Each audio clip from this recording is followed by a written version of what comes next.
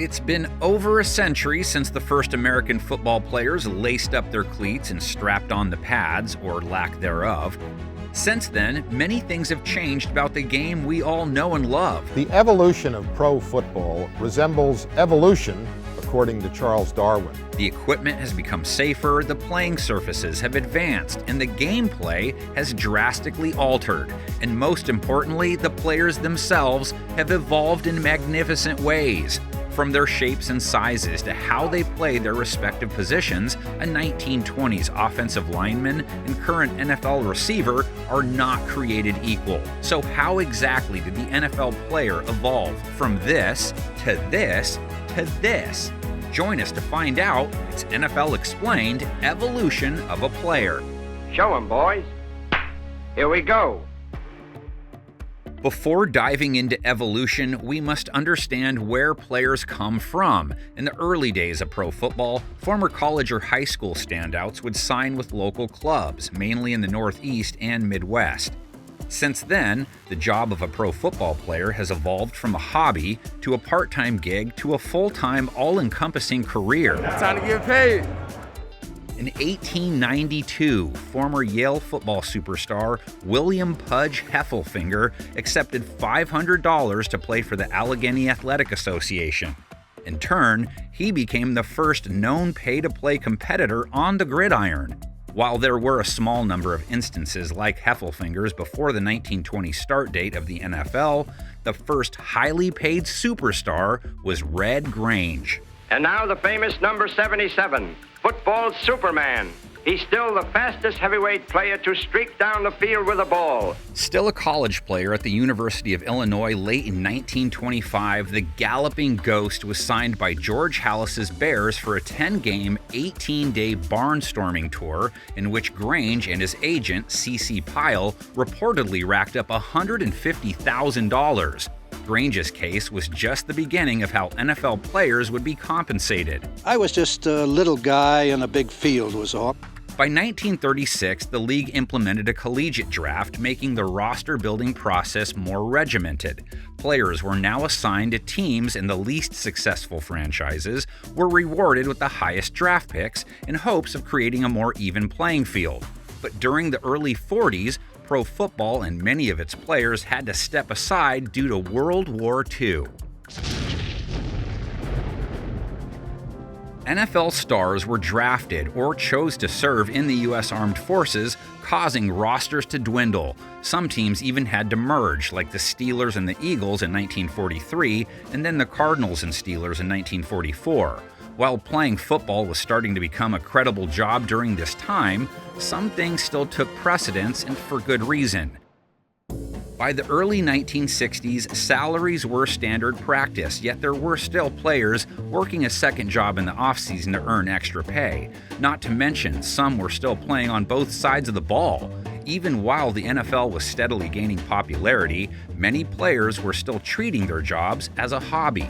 But I'm a after the curfew check, because I sneak out every night. I never played a game in pro football that I didn't smoke 5 cigarettes at halftime. I never met anybody smoke more than I did. Quite the contrast from how modern players treat their daily lives today. I really try to get to bed early. Usually when I get home after practice, I might stretch a little bit, but I'll eat, watch a little bit of TV, then I'm out.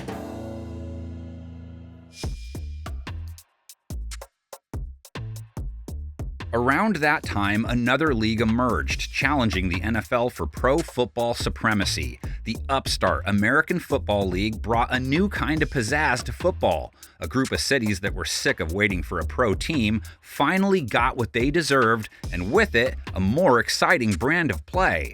AFL offenses passed more than its counterparts and introduced mainstream America to legends like Hank Stram and Joe Namath.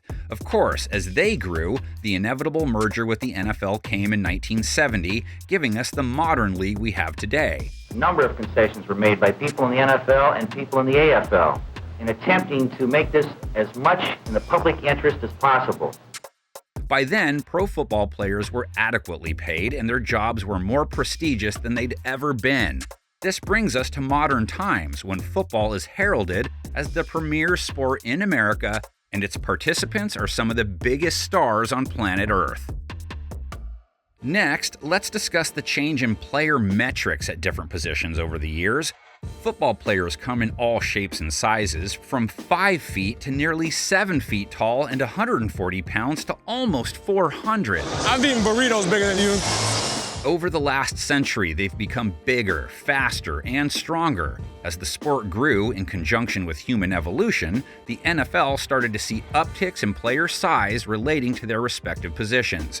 Wide receiver Reggie Smith is the shortest known player in NFL history at just 5 feet 4 inches, while the tallest is 7-foot defensive tackle Richard Sly, who played 1 season with the Raiders in 1967. Meanwhile, the lightest player ever, Pro Bowl return man Gerald McNeil, weighed in at a dainty 142 pounds, while the heaviest player, offensive lineman Jerome Dorsey, was 388 pounds. So, has the quarterback changed over the years? We've seen everything from 5'7" Davey O'Brien, the shortest listed signal caller ever, to a pair of 6'8" giants in Matt Blunden and Dan McGuire. Taller has usually seemed to be the preference for franchise quarterbacks, but size hasn't made much of a difference recently. See Kyler Murray, Bryce Young, both 5'10", both #1 overall picks. How about Russell Wilson, 5'11", Super Bowl champion?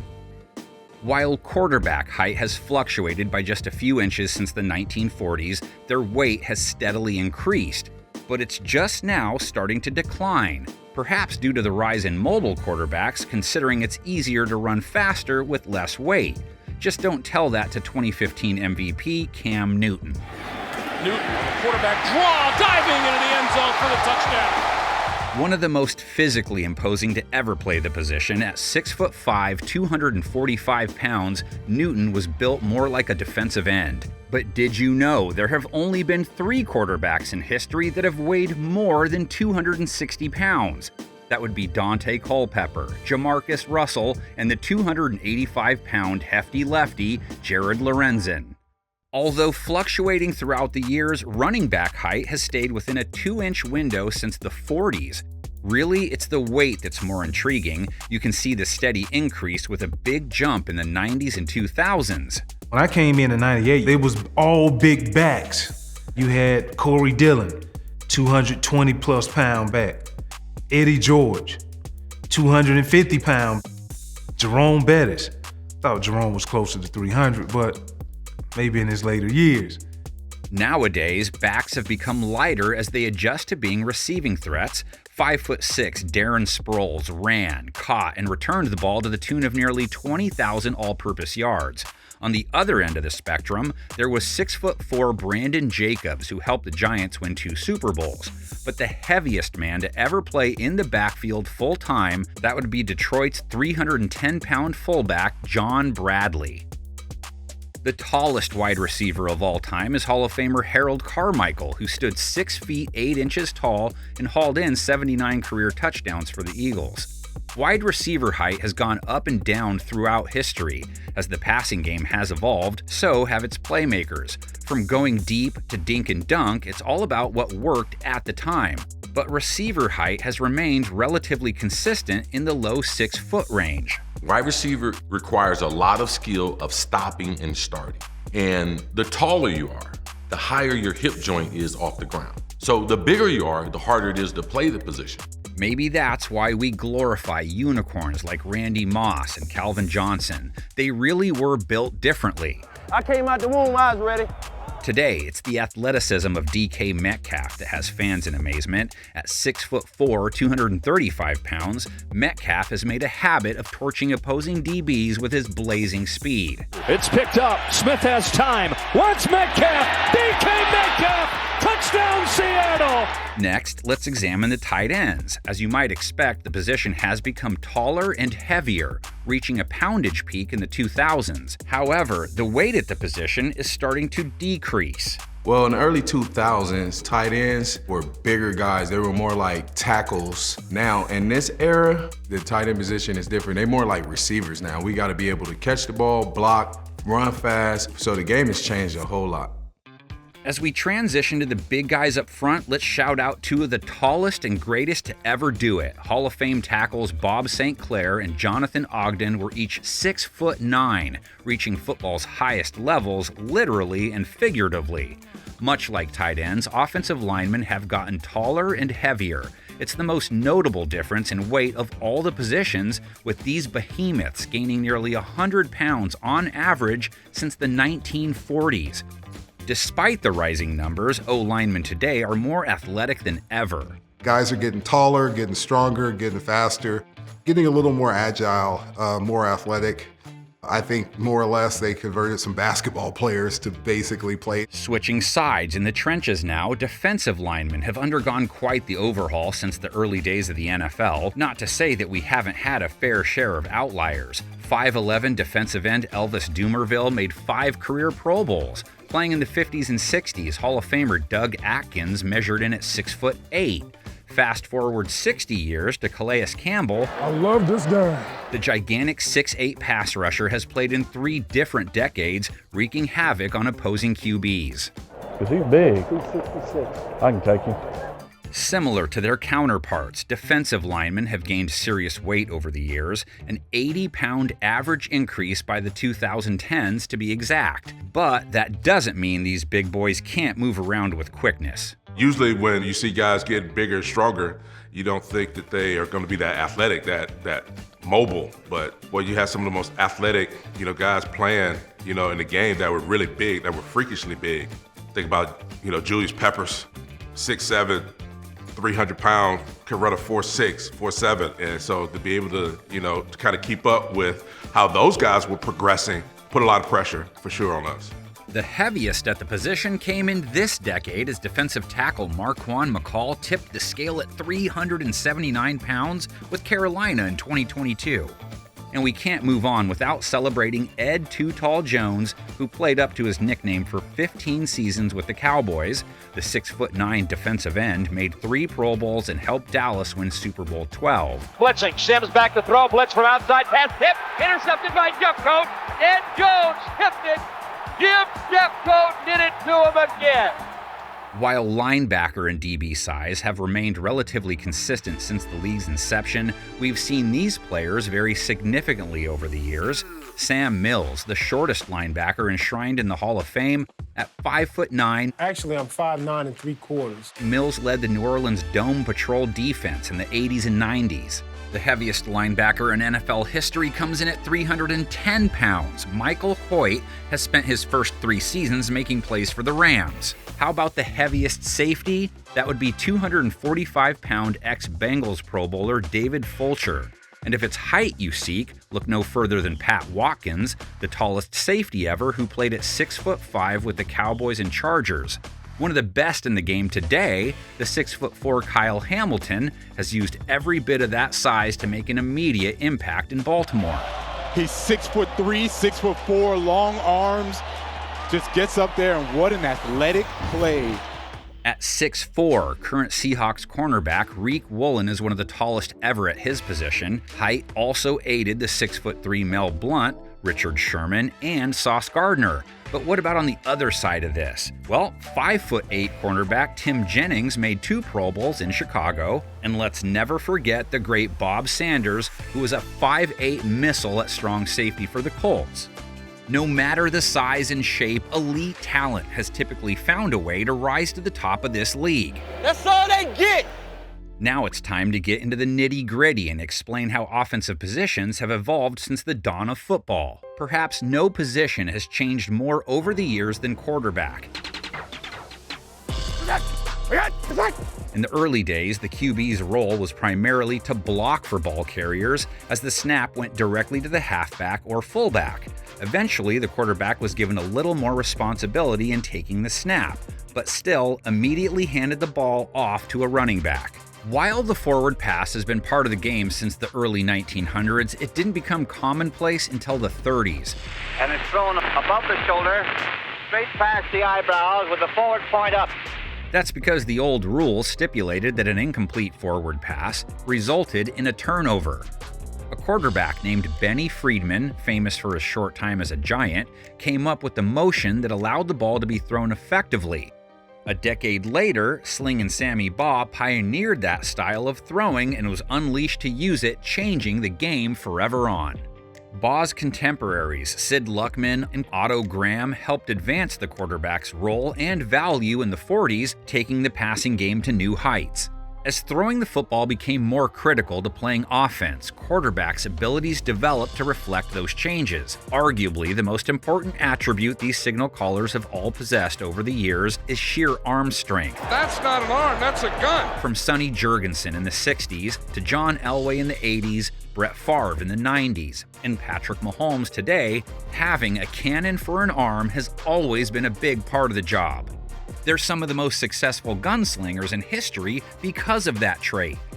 Now, throwing the ball a country mile isn't everything when it comes to playing quarterback. Accuracy is just as important as anything. Peyton Manning, Drew Brees, Steve Young all made a living off putting the ball in the perfect spot. How about that pass? Right on a dime. Even throwing motions developed, with these different styles allowing quarterbacks to be effective in their own ways. See Mahomes and Stafford's baseball-style motions, for example. Then there are guys like Dan Marino and C.J. Stroud with their concise arm movement and quick releases. And as offensive schemes and rules have evolved, so has production. For context, only 2 quarterbacks passed for 4,000 yards in a season before 1980. He threw for more yards than any quarterback in history. With that being said, though, let's examine quarterback data over the years. There were a few spikes in the numbers at key points in history. The 40s, when teams began consistently using the forward pass. The 60s, when offensive innovation started booming. The 80s, when rule changes opened up the skies. And lastly, the 2010s, a truly golden age of passers. But the evolution of athleticism at the quarterback position isn't just related to passing. Mobility has advanced significantly over the years, with a kickstart from early scramblers like Fran Tarkenton and Roger Staubach. These Hall of Famers pioneered the art of extending the play with their feet. This style was eventually taken on by guys like Young, Murray, Wilson a half-century later. In the 80s, Randall Cunningham and the dual-threat QB came along. Without a doubt, the most athletic and naturally talented quarterback the league had seen at the time, his style influenced that of Michael Vick and Lamar Jackson today. That's why I'm still look good on you, baby. Oh, right on, still look good on you. Their talents most likely wouldn't have been as widely accepted if not for Cunningham's trailblazing. The game changes when you have a mobile quarterback who can throw the ball. That great athlete now is not just going to running back anymore, not just going to a receiver. A dual threat quarterback is now the norm. It's no longer the exception. Outside of the physical requirements of playing the position, there's an equally crucial mental component. Probably the most notable difference in quarterbacking is the amount of information a player must process. From pre- and post-snap reads to protection changes and hot routes, 59 is Mike, Apple. QBs need to know a lot. Not exactly the kind of complex info that was running through Sammy Baugh's mind in the 1940s. Brizzle F tight, F fly, pass 37 punch waggle help baby dizzy X fan on the turbo. Certainly, the 15-word play calls that quarterbacks make would be much more challenging to spit out without the help of helmet radio receivers. Hey, quit talking to my helmet, whoever that is, quit! Legendary coach Paul Brown developed those to communicate with his players on the field. The world champion Cleveland Browns, equipped with shortwave radio for their league opener. With all these advancements, it's no wonder that the quarterback position has become the most coveted in football. Right now, we have more quality quarterbacks than ever, top to bottom. I think it's the deepest group of throwers. Those things have changed the game dramatically. But before the QB was the bee's knees, a fellow backfield member carried the torch. The very first playmaker position in football, no one garnered more respect than the running back. The primary ball carriers of the game's past went by a few different names: halfback, fullback, tailback, and they all had roles toting the rock. Despite the halfback being the traditional ball carrier in today's game, the fullback commanded more carries back in the day. Early legends like Grange, Jim Thorpe, Bronco Nagurski, Marion Motley, Joe Perry, and the King, Jim Brown, all headlined the fullback position at one point. And another touchdown for Jim Brown! However, the status of the fullback and halfback changed around the 70s with the emergence of uber-talented do-it-all playmakers like Walter Payton and Earl Campbell. And here goes Earl Campbell. He knocked Robertson on his back. Beautiful, beautiful. The role of the fullback was basically you do all the dirty work.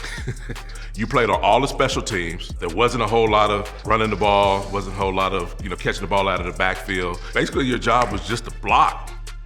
This decade signaled a changing of the guard. The halfback took over as the focal point while fullbacks paved the way. Running back was the most impactful position on the field until the turn of the century. Think about the all-time greats we had the privilege of watching: Gale Sayers, Eric Dickerson, Emmitt Smith, Barry Sanders, just to name a few. Graceful, powerful, and shifty runners who were the driving forces of their offenses. While those Hall of Famers ruled the golden age of running backs, the game took a turn somewhere after the 2000s. Check out the average rush yards per season for every team's leading back over the last 90 years. It steadily increased until the 2010s, when running back yardage started to fall off. Why is that? With further advancements in the passing game, the running back's value decreased. However, certain backs with effective receiving skills have been able to elevate their status as the position has evolved. They have to have more of a skill set that can get them in the passing game. That's critical. You can't just be good at one thing. You got to be good at multiple things. Marshall Faulk ushered in a new age of dynamic backs, playmakers who could do more than run between the tackles. Faulk cut back 30, 25, he's gone! But before Faulk brought the all-purpose back to new heights, 49ers legend Roger Craig mastered it in the 80s. Underneath to Roger Craig, it'll be 6.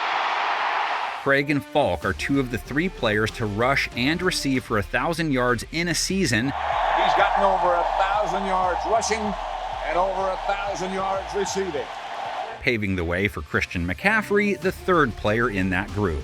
Yet, the art of the satellite back still doesn't begin with Craig. In the 50s and 60s, Colts Hall of Famer Lenny Moore often lined up as both a running back and a wide receiver, racking up yards from scrimmage like nobody's business. Unitas is back. Unitas throws. Moore goes for a touchdown! After Moore came Lydell Mitchell and Chuck Foreman, both true tailbacks whose skills in the passing game only made their offenses more potent.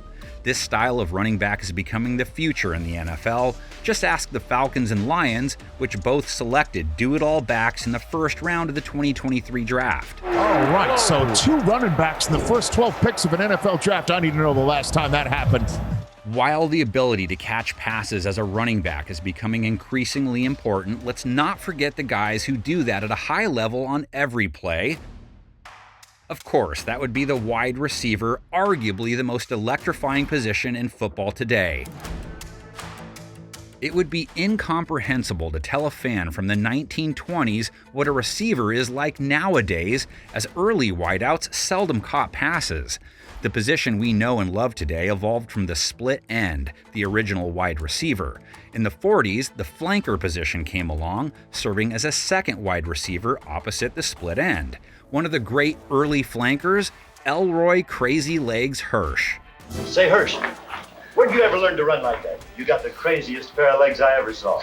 Initially an end, Hirsch's skill set led him to become one of the first true receivers in his day, helping energize football with the pass-happy Rams of the 40s and 50s. Then, in the 1970s, Al Davis was credited with deploying the slot receiver.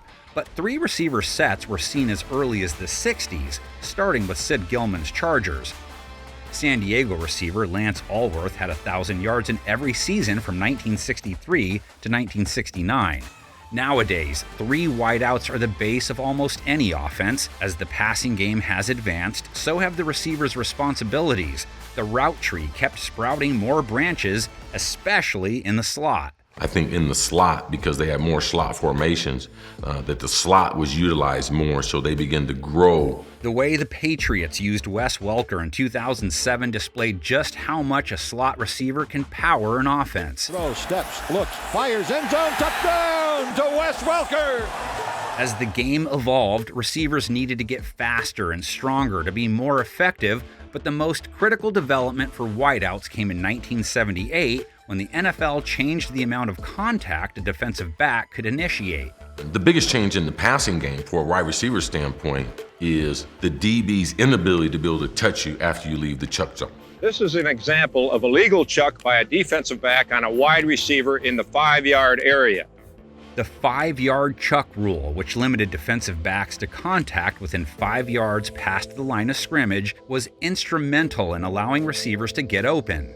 One receiver who started his career just before the rule changes, Hall of Famer Steve Largent.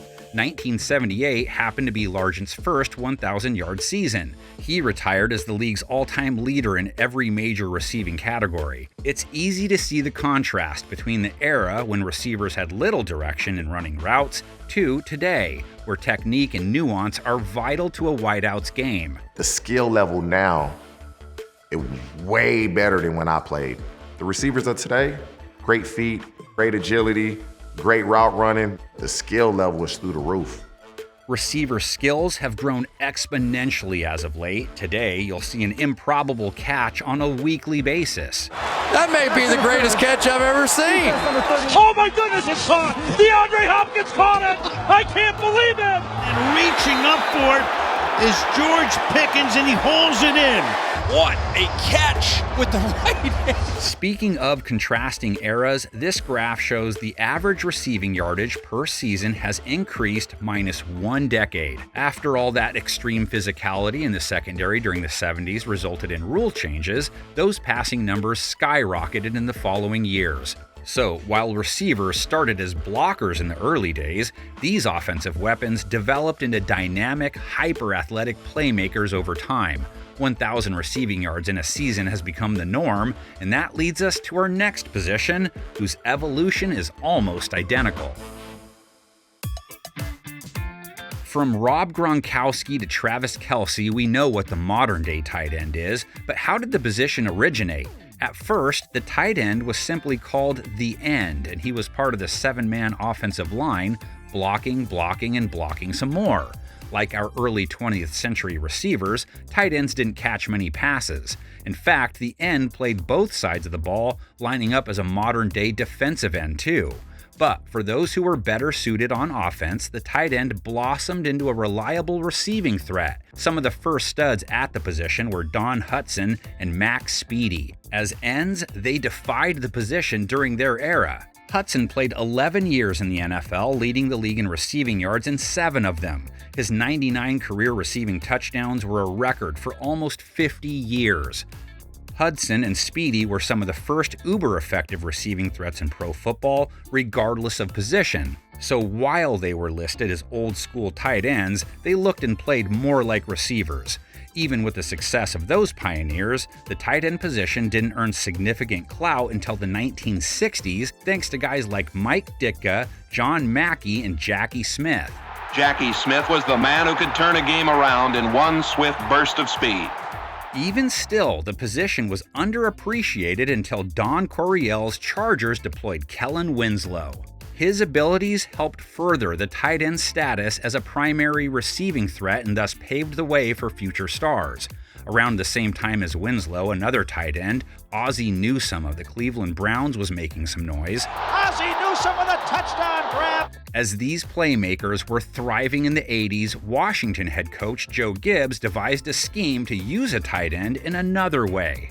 That scheme called for a hybrid tight end known as an H-back to help chip the edge rusher, in this case Lawrence Taylor, before running a route. The scheme and slight variation only furthered the tight end's versatility. That guy can move side to side or go in the backfield and still be able to run up the hole and block as a fullback. As we approached the turn of the century, the NFL entered a golden age of tight ends. Blockers, receivers, and even sometimes runners, tight ends could do it all, and offenses often ran through them. This is your modern day freak. I mean, it's unstoppable. The thinking around the league was that, we can just plug a tight end in the backfield for a fullback. Those guys are taller, they're able to stretch the field, they're a little bit faster, maybe they felt like they were a little bit more athletic, they're used to catching the football a lot more. Shannon Sharpe, Tony Gonzalez, Jason Witten, Antonio Gates all became focal points, leading their teams to new heights. One of those every once in a generation tight ends. The modern tight end has become so much more than just another body on offense. Gronkowski, Kelsey, San Francisco's George Kittle have shattered NFL records over the last decade plus.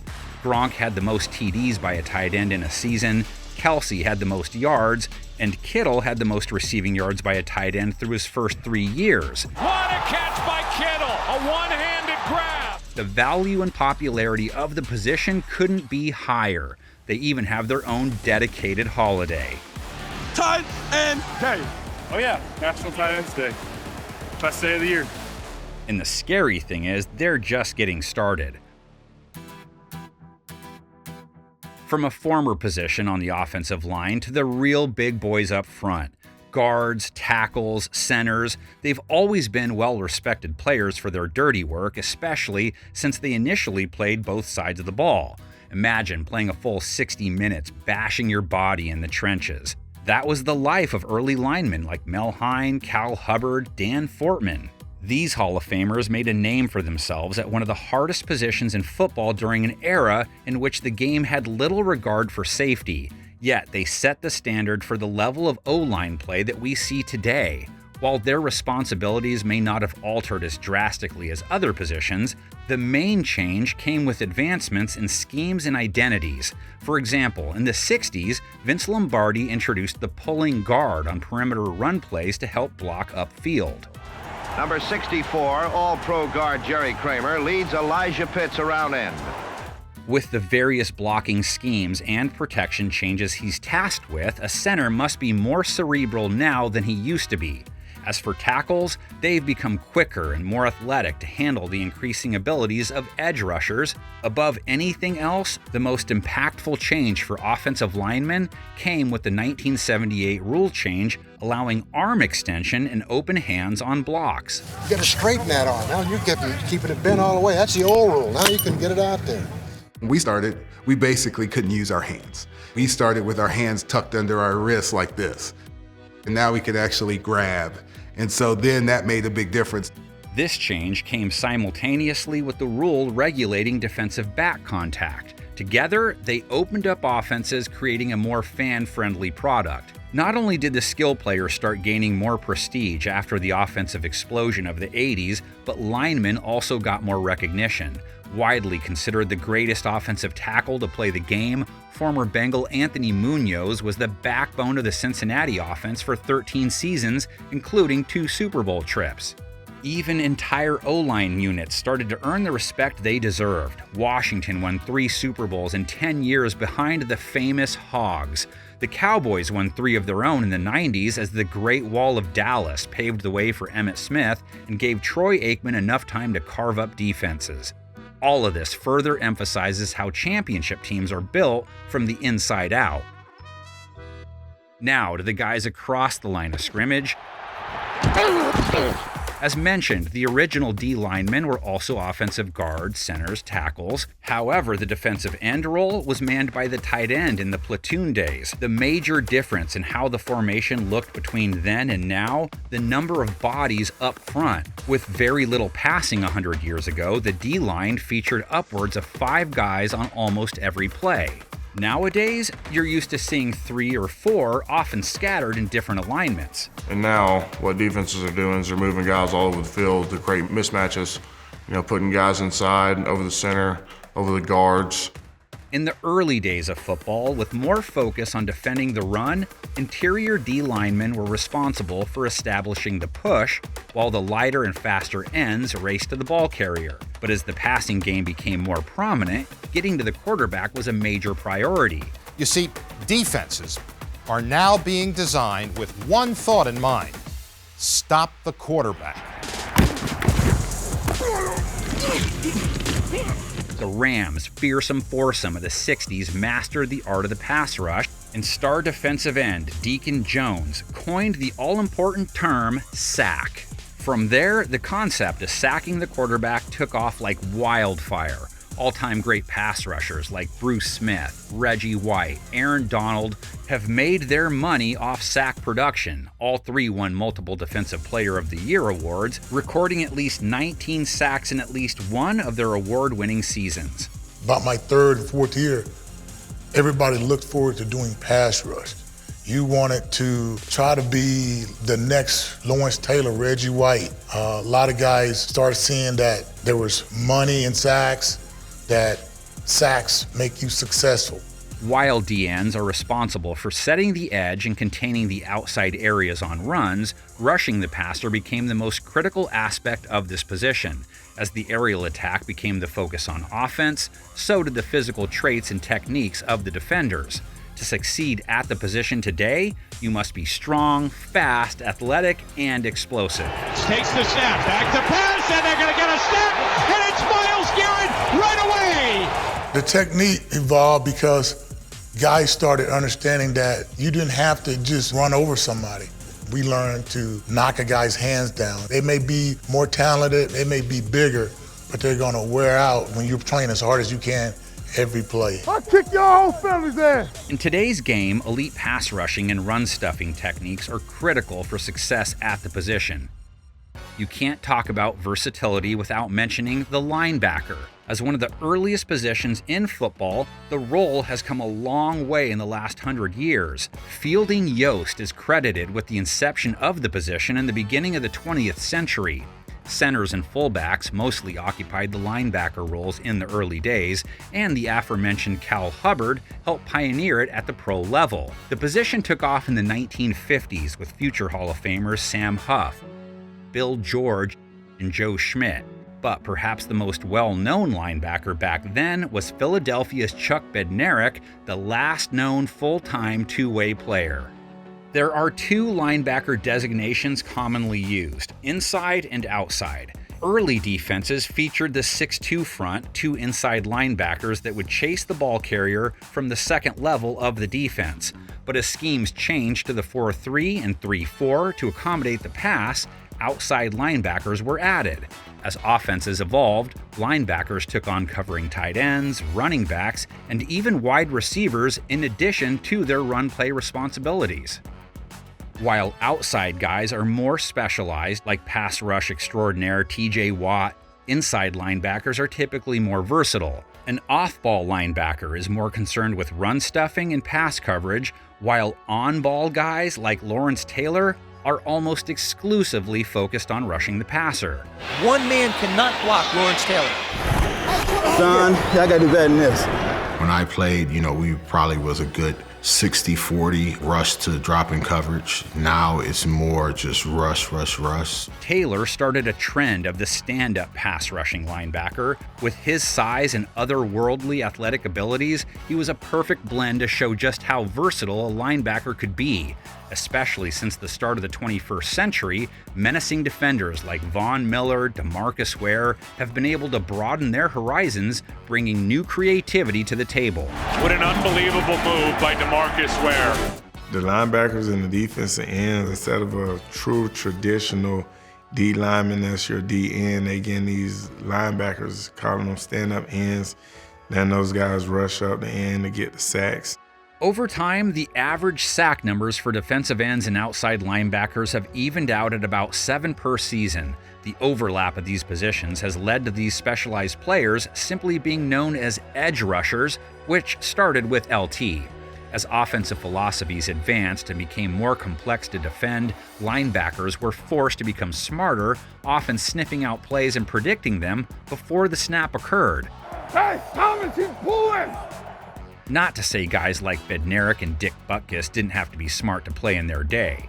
Current linebackers like Fred Warner and Micah Parsons prepared to do the impossible week in and week out, considering the amount of responsibility they have. This is the reality of the position now, but one thing has stayed the same: they're still the heart and soul of the defense.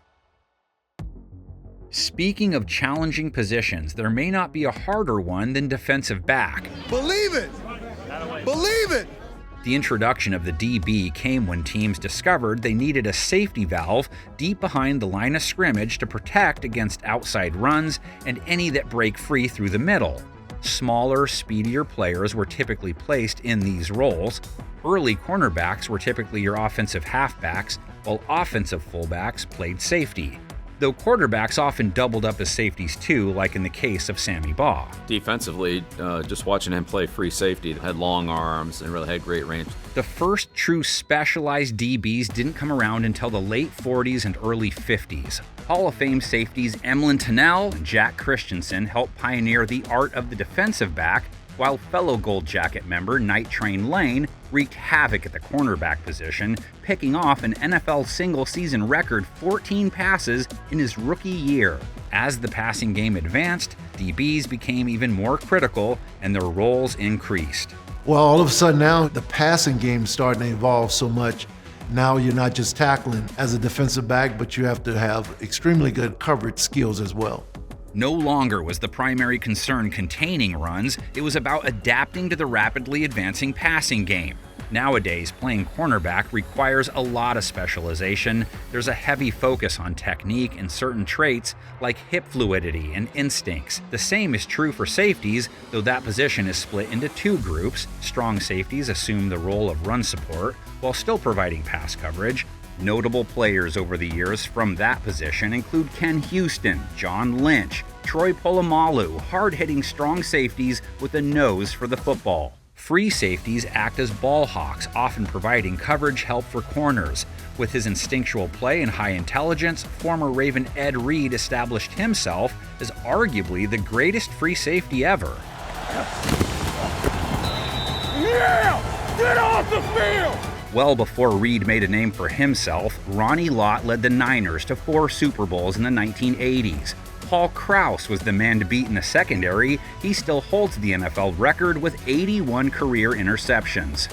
However, the safety position changed in the late 20th century as offenses started figuring out how to stretch defenses. You started seeing less box safeties, guys that were hard hitters and not great in coverage. Those guys were starting to become more dinosaurs. And they were going for players like Darren Woodson, who was not only a box safety, but he could also play in coverage. Nowadays, almost all safeties are just as versatile as linebackers, but even with the help of 2 DBs as the final line of defense, the number of cornerbacks on the field during a given play has also changed. There's a nickel back, or 5th DB, and sometimes even a dime back when defenses opt to send out a 6th defender in the secondary. All of this is in response to offenses using extra pass catchers on a given down. A trend hit the NFL where you started playing against a lot of teams who would have multiple receivers, and you started the game out with nickel. Having a nickel back in there and you're taking one of your linebackers off the field. So in that time range, that's when the game really started to change.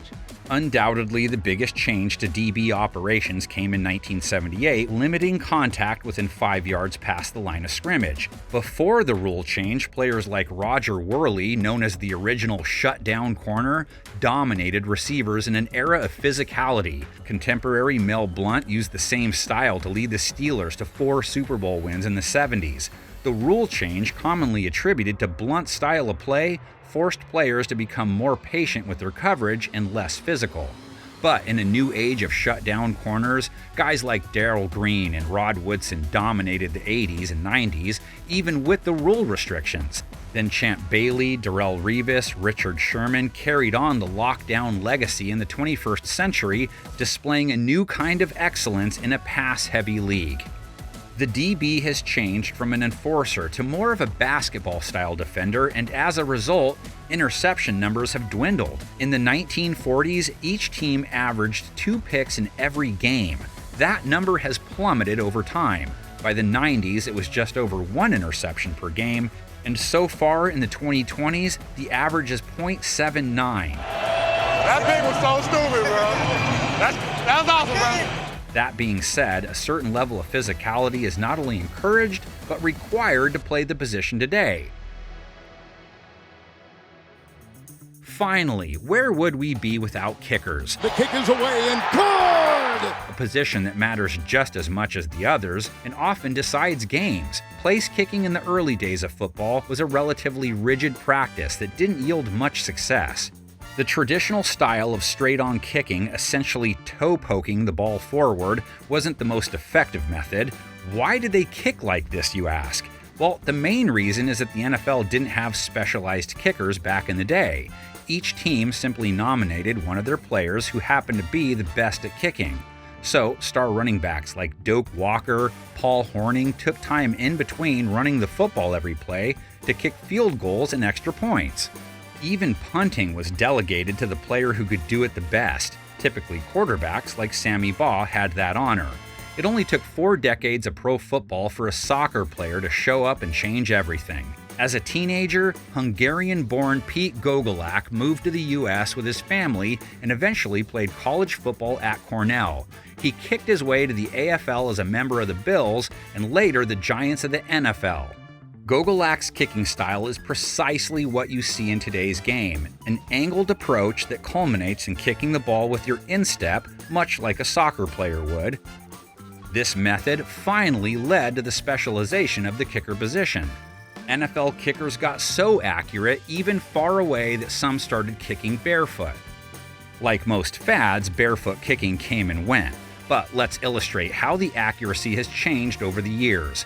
Take a look at how field goal percentage has increased since the mid-1900s. During the toe-poking days, a field goal was barely a 50-50 shot.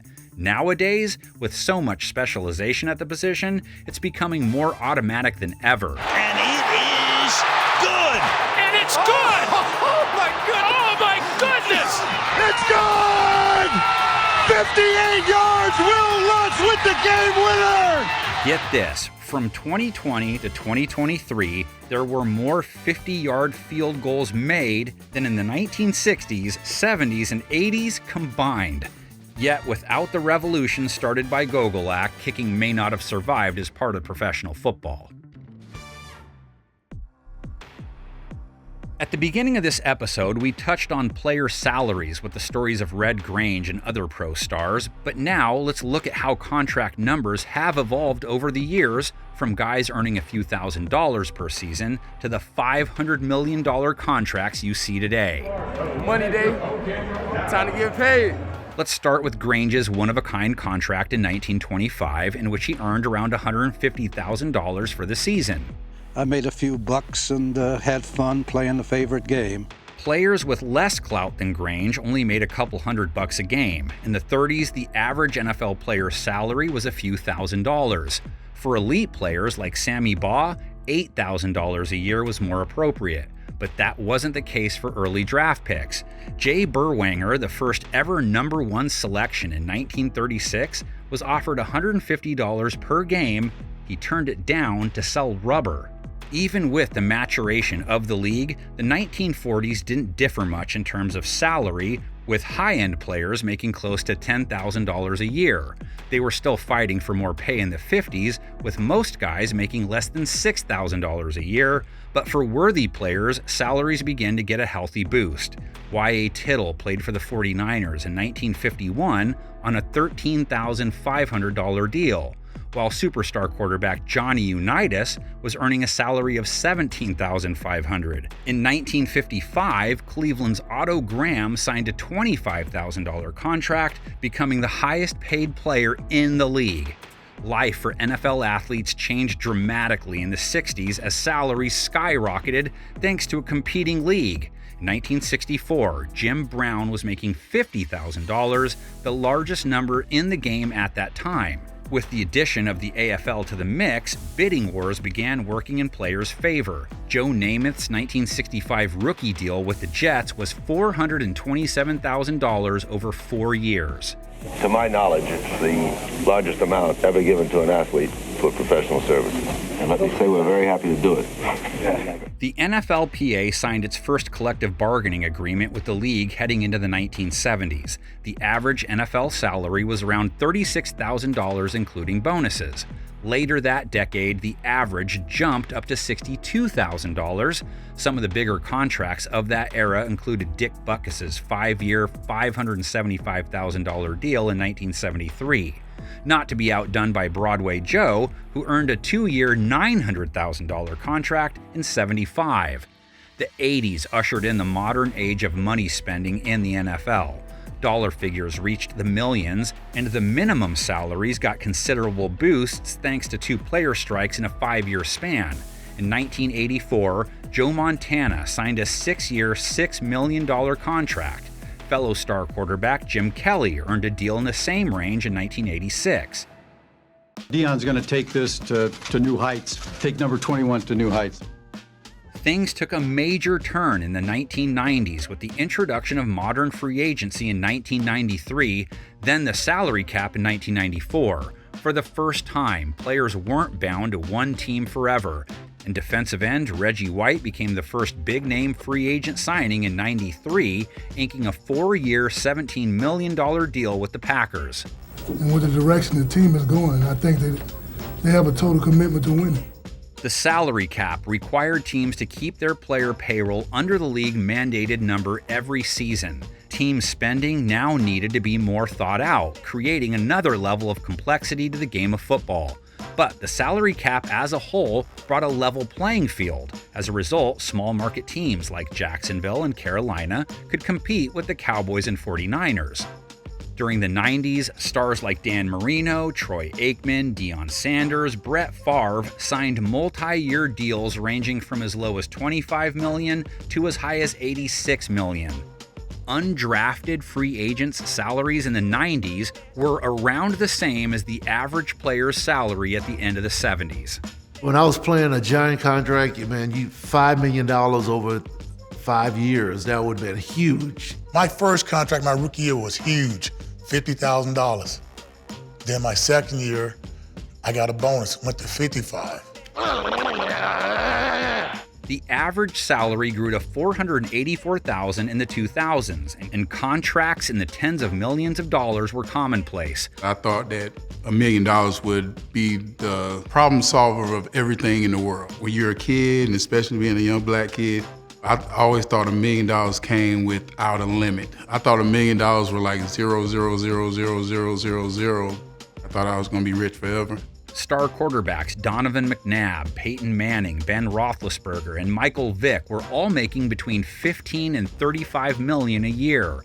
The Patriots signed Drew Bledsoe to a 10-year, $103 million contract at the beginning of the decade.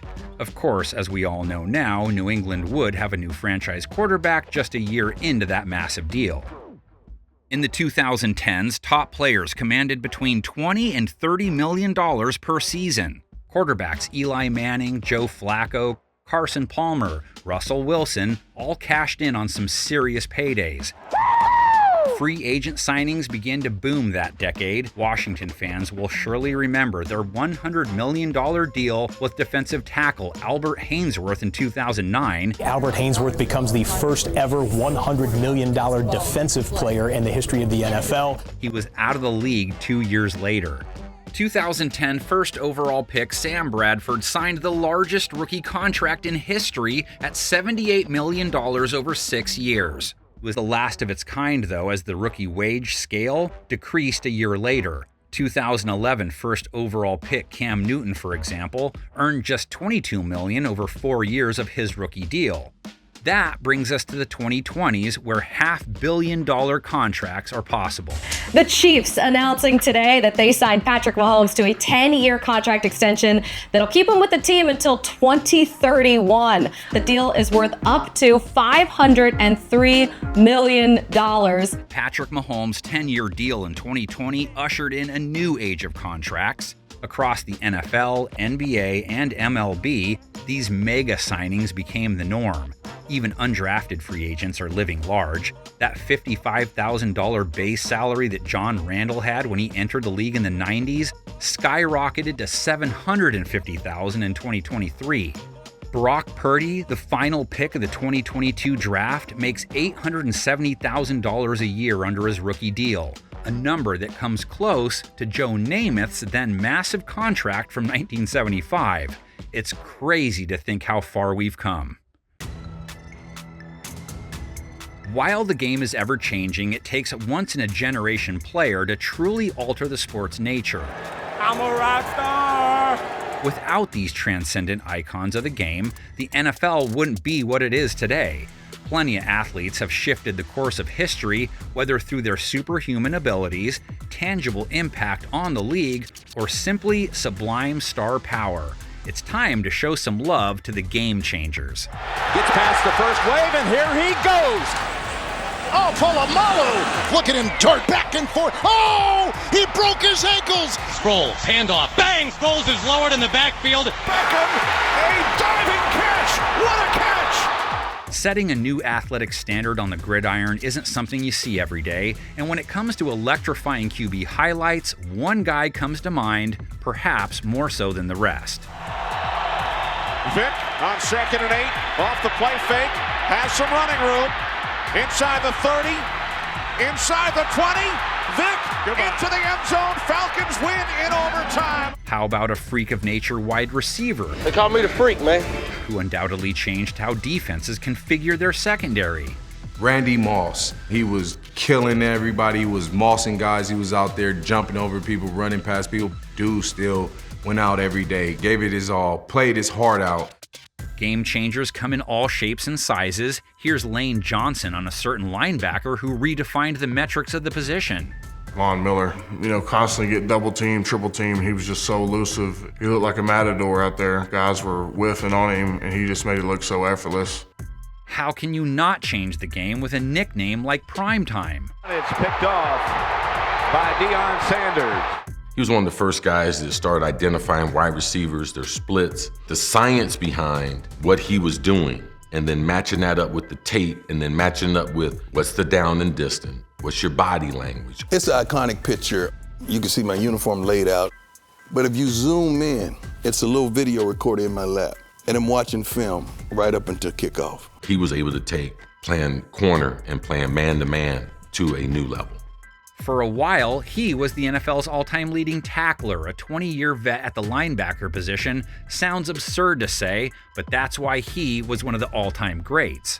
Junior Seau, he was a beast. I mean, when they have to game plan for a particular guy on the other side of the ball, you know he's a game changer, and Junior Seau was that guy. A member of the Pro Football Hall of Fame class of 2024, this middle linebacker started turning heads from the very first snap of his NFL career. When I think about Patrick Willis, I've seen him run down a wide receiver, but he was one of the first linebackers I saw who was speedy, at a lighter weight, barely tipping the scale at 230, running a 4.3, and he's dropping 320-pound plus offensive linemen and making plays. This three-position player pioneered the game in more ways than one. Sammy was a league-leading passer, a league-leading punter, and a league-leading interceptor. So to have all those guys on your fantasy football team, just having one player, that would really be the trifecta. They say he's the greatest defensive player ever. LT revolutionized the way defenses rush the passer. As the first stand-up edge rusher at the outside linebacker position, Taylor's success in getting to the quarterback changed how offenses scheme their protection plans. You can run, but you can't hide. Lawrence Taylor from behind.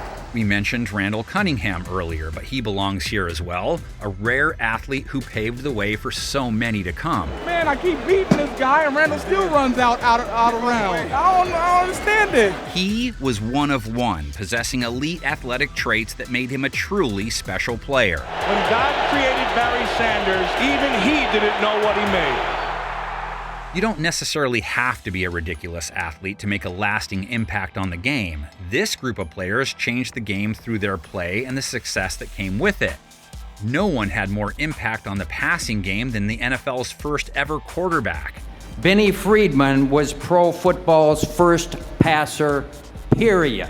The aforementioned Pete Gogolak deserves a spot on our list of game changers. Without him, the quality of kicking wouldn't be where it is today. He was ahead of his time. He said, well, let's try to kick it from the side instead of straight on. Changing to the soccer style, it did all these things to make the kicking profession much better. This next player literally changed the game, forcing the NFL to institute a rule that prevented his style of play going forward. He played back in the day where he had no rules, so Mel can just knock the receivers around all over the place. So the competition committee comes together and say, you know what? We can't have DBs like this knock our receivers around because they can't get down the field. So they got the 5-yard chuck rule, so thank you, Mel.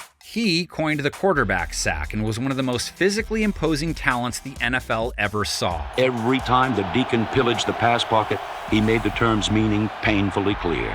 You can't be called the GOAT without doing something to change the game. Tom Brady, Super Bowl champion for the 7th time. But before Brady, there was Joe Montana. Joe Cool and the Niners redefined what it meant to be a winner. Just complete control of the offense, precision. It's a clinic. Dan Marino not only changed how the quarterback position was played, but he also jump-started the passing revolution that began to take over the league. In his record-breaking 1984 campaign, Marino became the first quarterback to throw for 5,000 yards in a season and set the single-season passing TD mark at 48, a number that wouldn't be topped until the early 2000s. Marino throws, touchdown! Sporting a ridiculous resume of accolades and records that may never be broken, Jerry Rice could be considered the game changer of all game changers. Jerry Rice stands all alone as #1 in pro football history in touchdown reception. Once I put that uniform on, it was almost like I was Superman. Speaking of feats that may never be matched, Emmitt Smith racked up 18,355 career rushing yards. That number isn't likely to be topped in today's pass-centric game. Handoff, Smith at left guard, 35. That should do it. Emmitt Smith has eclipsed Walter Payton as the NFL's all-time rushing leader. Of course, we won't forget the group known as the Forgotten Four. These legends contributed to breaking down pro football's color barrier in 1946. Without the efforts of Kenny Washington, Woody Strode, Marion Motley, and Bill Willis, the league wouldn't be where it is today. Branch Rickey once told Marion Motley, he said, had I not had the experience of seeing you and Bill Willis play in a contact sport without incident, I might not have had the courage to bring Jackie Robinson up into the majors. Success on the gridiron comes with notoriety, especially when you play a valued position, or if you're a two-sport star like Bo Jackson and Deion Sanders, but not every successful player has what it takes to be a mainstream icon. You've got to possess a specific kind of swagger, and surely you can't be camera shy. I'm calling the president.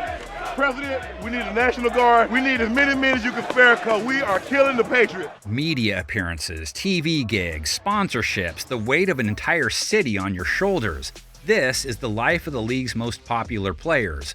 From Grange to Mahomes, all serve the same purpose, getting fans in the stands. Complete capacity crowd. The NFL's first superstar set the standard for notoriety when it comes to pro football players, Red Grange, who also appeared in silent films in the 1920s. They called this next game changer the Golden Boy for a reason. Paul Hornung led the league in scoring, despite the fact that he was recalled to Army duty in mid-season and missed 2 games. Jim Brown made a name for himself in more than just playing football. Hall of Fame running back Joe Perry was the first black player to be named MVP by a national publication. He was so popular that he was tasked with hosting his own talk radio show in the 1950s. In a world full of player podcasts nowadays, Perry might have been actually the first to do it all those years ago. Perry's teammate in San Francisco moonlighted as a pro wrestling star in the offseason. Offensive tackle Leo Nomalini competed in the National Wrestling Alliance in the 1950s. Not exactly a surprise to hear he had game-changing strength and charisma.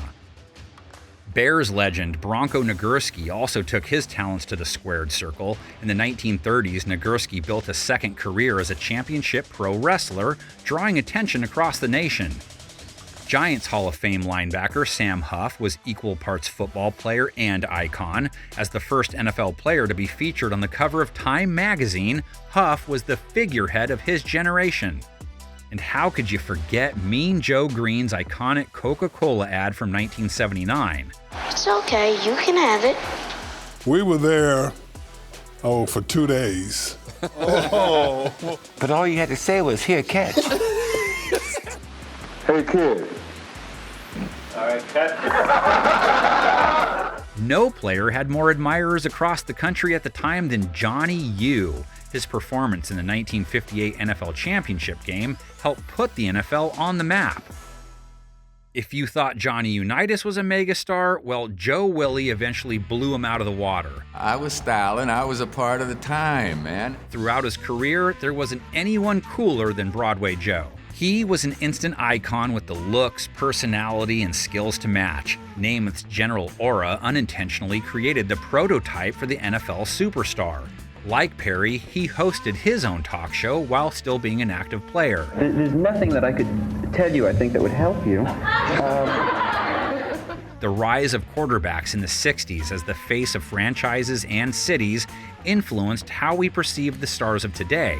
Think of all the players who took on acting gigs during their spare time away from football. Namath, Bradshaw, Marino, Montana, Brady, Manning, the list goes on and on. Or take a player like Travis Kelce, for instance. Once the subject of a reality dating show, he followed that by making headlines with his superstar girlfriend, Taylor Swift. That was the craziest thing I've ever experienced. It all goes to show you're not just a player anymore, you're a promoter, a media personality, and a figurehead for millions. This brings us to our current game changer, quarterback Patrick Mahomes, the modern face of the league.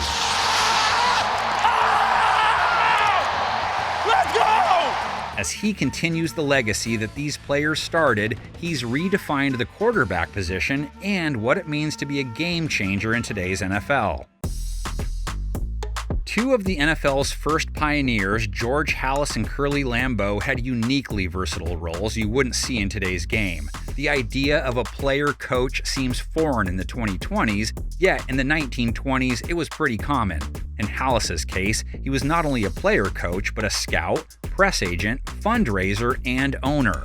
For Lambeau, he assumed the role of play caller on the field, incorporating the forward pass by making it his basic offense, a rather maverick move back then. With player coaches extinct today, plenty of former NFL stars have hung up their cleats in exchange for a whistle. If you look at coaching staffs around the league, you'll spot many former players. As far as head coaches go, there are currently 9 guys who used to play in the league. Legends like Mike Ditka and Tony Dungy have won Super Bowls both as players and as coaches. But post-career jobs aren't just limited to coaching. The front office is also a prominent space for former players. Hall of Famers Ozzie Newsome and John Lynch transitioned nicely into GM roles, carving out successful careers building rosters. Extending past the front office, former players have been involved in the league's business operations. Take Troy Vincent, the executive vice president of football operations for the NFL since 2014. What about refs? In 2024, Terry Killens became the first person to play in and officiate a Super Bowl. For some, it's off to team building or league building. For others, the broadcast booth is next. Legends like Pat Summerall, Frank Gifford, Don Meredith, Chris Collinsworth, and Tony Romo made impactful second careers out of color commentary. You had the in cut. He was open. And Tom's like, I know he was open. I know it. Broadcasting has provided former players a way to stay a part of the game for quite some time now, and it's not just limited to TV. The NFL radio scene is littered with former players in color commentary roles. He's gonna go! He is gonna go! Touchdown, Seahawks! The beast is alive and well! Of course, nowadays, players don't have to wait until they're done playing to integrate themselves into the media world. Just take a look at the Kelce brothers. Jason and Travis put on a weekly podcast that garners millions of listeners. Other media-savvy stars such as Micah Parsons, Marlon Humphrey, and Fred Warner also have their own podcasts. The ability to be a part of the sports media industry while still being a player blurs the lines between the two sides. The idea that players openly discuss storylines, opinions, and gossip through public forums while still being a part of the actual game is unlike anything we've ever seen before. Everybody you've said, no disrespect to those great defensive backs, they're all great, but they can't guard my guys, not on this play. The increasing prominence of social media has helped players voice their opinions whenever and wherever they want. News and personal opinions now travel faster than they ever have before. This is what being a pro athlete is like in today's landscape, always in the public eye for better or worse. Thick skin is a must. Flacco fever is also something Aaron Rodgers isn't vaccinated against. The NFL player has evolved tremendously since the league's dawn in 1920. His look, performance, and off-the-field responsibilities have all changed, and these traits will continue to adapt as time goes on.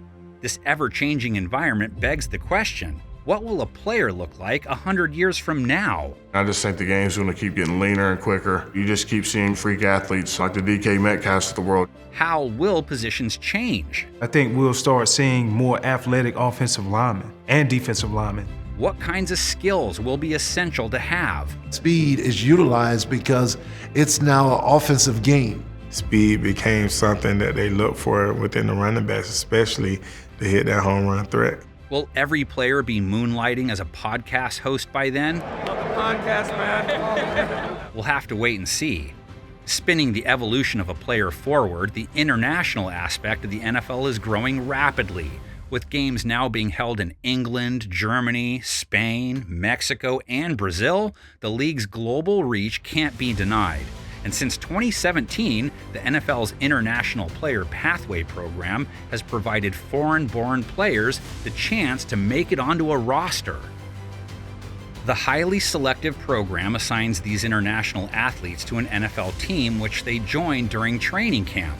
Australian-born offensive tackle Jordan Mailata has made most of that opportunity with the Eagles. There's even a cohort of Australian punters who have brought their talents to America using their Aussie rules football background. These players have followed in the footsteps of NFL legends like Christian Okoye, Osi Umenyiora, and Steve Van Buren, who headlines the list of 9 internationally born players in the Hall of Fame. Just goes to show, no matter where you grow up, football can be an attainable dream. Above all, players and fans alike just want the game to continue being fun. Are you not entertained? Isn't that why we're all interested in the first place?